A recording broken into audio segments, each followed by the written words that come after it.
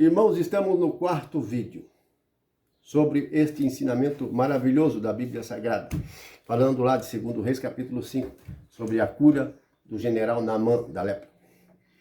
Veja que, como estavam falando no vídeo anterior, no terceiro, esse é o quarto vídeo, irmãos, Naamã estava ali diante de Eliseu, já que ele recusou aquele presente, aquela riqueza, então ele disse que teu servo, falando a Eliseu, possa levar de Israel um punhado de terra que 2 mulas possam carregar, a fim de que eu não ofereça mais sacrifício, holocausto a deuses estranhos, mas ao Senhor Deus de Israel, lá na minha terra, vou fazer um altar. Lá eu vou me dobrar e pensar no Deus de Israel, oferecer sacrifício a Deus. Foi o que ele fez. Veja a conversão que houve no coração desse homem. E aqueles soldados, aqueles homens, que era uma comitiva grande, que estavam com ele, prestando atenção e vendo tudo isso. Eles também viram e disseram, realmente, o Deus de Israel, se o nosso general se converteu, se o nosso general disse, esse é o verdadeiro Deus, quanta gente não se converteu ali? Você está entendendo? A psicologia, o amor de Deus em transformar as vidas, não foi só Naamã, tinha gente ali, soldados, no meio daqueles pessoal de Naamã, que estava testemunhando, estava vendo o que estava acontecendo, a cura dele. Vocês estão entendendo, irmãos? O exemplo de um verdadeiro profeta. Não pegou aquela riqueza, poderia ficar milionário da noite para o dia. E ele, opa, não vou pegar nada. Tudo isso um exemplo de um verdadeiro profeta, a característica do verdadeiro profeta, desapegado de bens materiais, de riqueza. Se tem, distribui, ajuda, mas nunca acumula para si, para ficar comprando Camaro, caminhonete, Porsche, carrões, mansões, aviões, não. A riqueza que Deus dá para alguns, é Deus que dá. É Deus que dá, porque a maioria se torna rica injustamente, desonestamente, logrando os outros. E tem muito a falar nesse assunto, e já fizemos pregação em outros vídeos sobre a desonestidade que existe em todos os sentidos na terra. Irmãos e irmãs, ele disse mais a Eliseu, lá o rei da Síria se apoia no meu ombro para se dobrar diante de um ídolo, ele se chama Rimon no templo, e eu tenho a obrigação de estar ali, me ajoelhar com ele para que ele se apoie em mim, enquanto adora esse Deus, que é o Deus da Síria, Rimon. Que Deus tenha misericórdia e me perdoe por esse gesto. É isso que eu quero dizer, Eliseu. Que Deus me perdoe, porque eu sou o braço direito do rei e ele adora aquele ídolo, mas eu não vou mais adorar aquele ídolo. Mas vai ser um gesto que eu vou poder ter que me dobrar e ele vai se ajoelhar e me apoiar no meu ombro. E que Deus perdoe esse gesto, mas eu não vou adorar. Somente ser o apoio para ele se dobrar. Mas vou dar esse testemunho para ele. Ele vai saber. Você está entendendo, irmão? O que o profeta disse, Eliseu? Fique tranquilo e vá em paz. E ele foi. Quando estava a certa distância, meus irmãos, o servo, veja o que aconteceu. O servo de Eliseu, Giese, ficou pensando, não é possível que meu amo Eliseu negou o presente deste pagão, deste sírio. Não é possível. Ele poderia ter ficado, ao menos, com alguma coisa, e dado até para mim um talento de ouro, já estava bom. Poderia ter pegado essa riqueza toda, então distribuído para os pobres de Israel, colocado no cofre do templo, ou entregue a Deus em ofertas, ajudar os pobres da cidade. Eu, por exemplo, sou escravo dele, servo dele. Não, eu vou atrás deste homem e vou pegar alguma coisa para mim. Meus irmãos, Giese estava com o que muitos têm no coração, a cobiça, a avareza, a ganância, a vontade de ficar rico. Era um homem pobre, mas tinha no coração este mal. Estava lá no coração dele. E ele foi atrás de Naamã.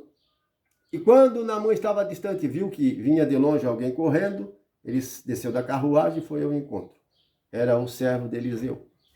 Quando se aproximou, ele perguntou: aconteceu alguma coisa?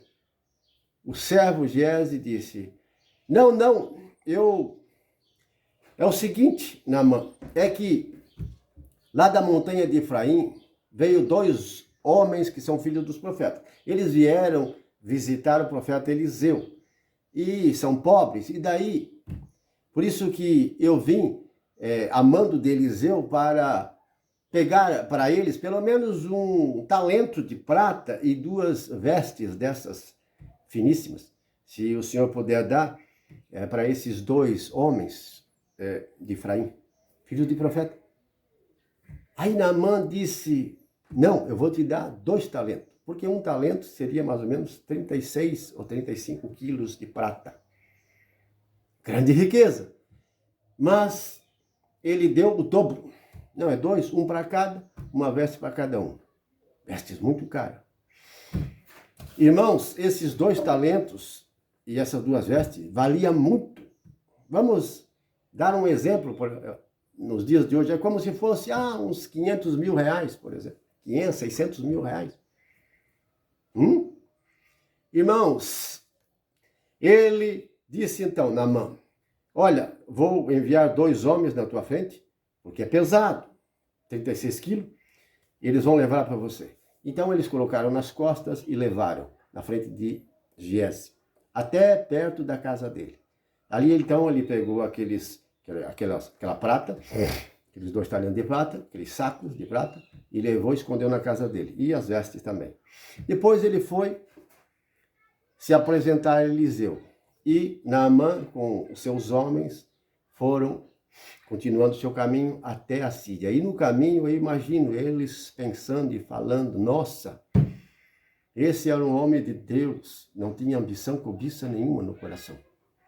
Verdadeiro homem de Deus. Veja, o que aconteceu? Você foi curado. E conversavam pelo caminho até chegar lá na Síria. Enquanto isso, Giese estava lá e foi se apresentar, não sabemos se é no mesmo dia ou no outro dia, foi se apresentar diante de Eliseu para fazer os serviços que ele sempre fazia, porque ele era um empregado, era um servo de Eliseu. Tinha a casa dele própria, mas trabalhava para Eliseu. Estava lá todo dia, era um empregado dele, um servo. Você está entendendo? E quando ele bota os pés na porta da casa de Eliseu, Eliseu diz a ele: Giese, da onde você vem? Giese disse: eu não vim de lugar nenhum, vim para trabalhar, como sempre faço na sua casa. O profeta Eliseu disse: meu espírito não estava contigo quando um homem desceu da carruagem para entregar a você dinheiro, riqueza, a fim de que você tenha ocasião de comprar bois, gados, vinhas, olivais, e ficar rico? Eu digo que a lepra de Naamã vai se pegar a ti e a tua descendência para sempre. Irmãos, naquele mesmo momento, diz a palavra de Deus que apareceu manchas brancas, manchas no corpo de Giese. E ele ficou leproso e teve que sair dali. Ganhou a demissão.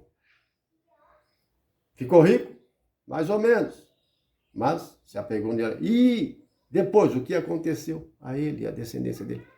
Veja, meus irmãos, a desgraça, a maldição que ele ganhou com a ambição e a cobiça, o amor ao dinheiro. Mentiu em nome do profeta. É grave demais o pecado que ele cometeu. Ele mentiu, ele disse que Eliseu falou. Chegou 2 homens de Efraim, do grupo dos profetas, e está pedindo um talento de prata e 2 vestes. Mentiu em nome do profeta. É grave demais, irmãos. E essas coisas não acontecem no nosso meio hoje, no meio cristão. Acontece. Quantos padres ladrão, quantos pastores ladrão, cheios de cobiça, ambição e avareza. Quanta gente pregando prosperidade financeira em nome da fé, em nome da Bíblia. Irmãos e irmãs, olha o exemplo do profeta Eliseu. E olha a desgraça de Giese.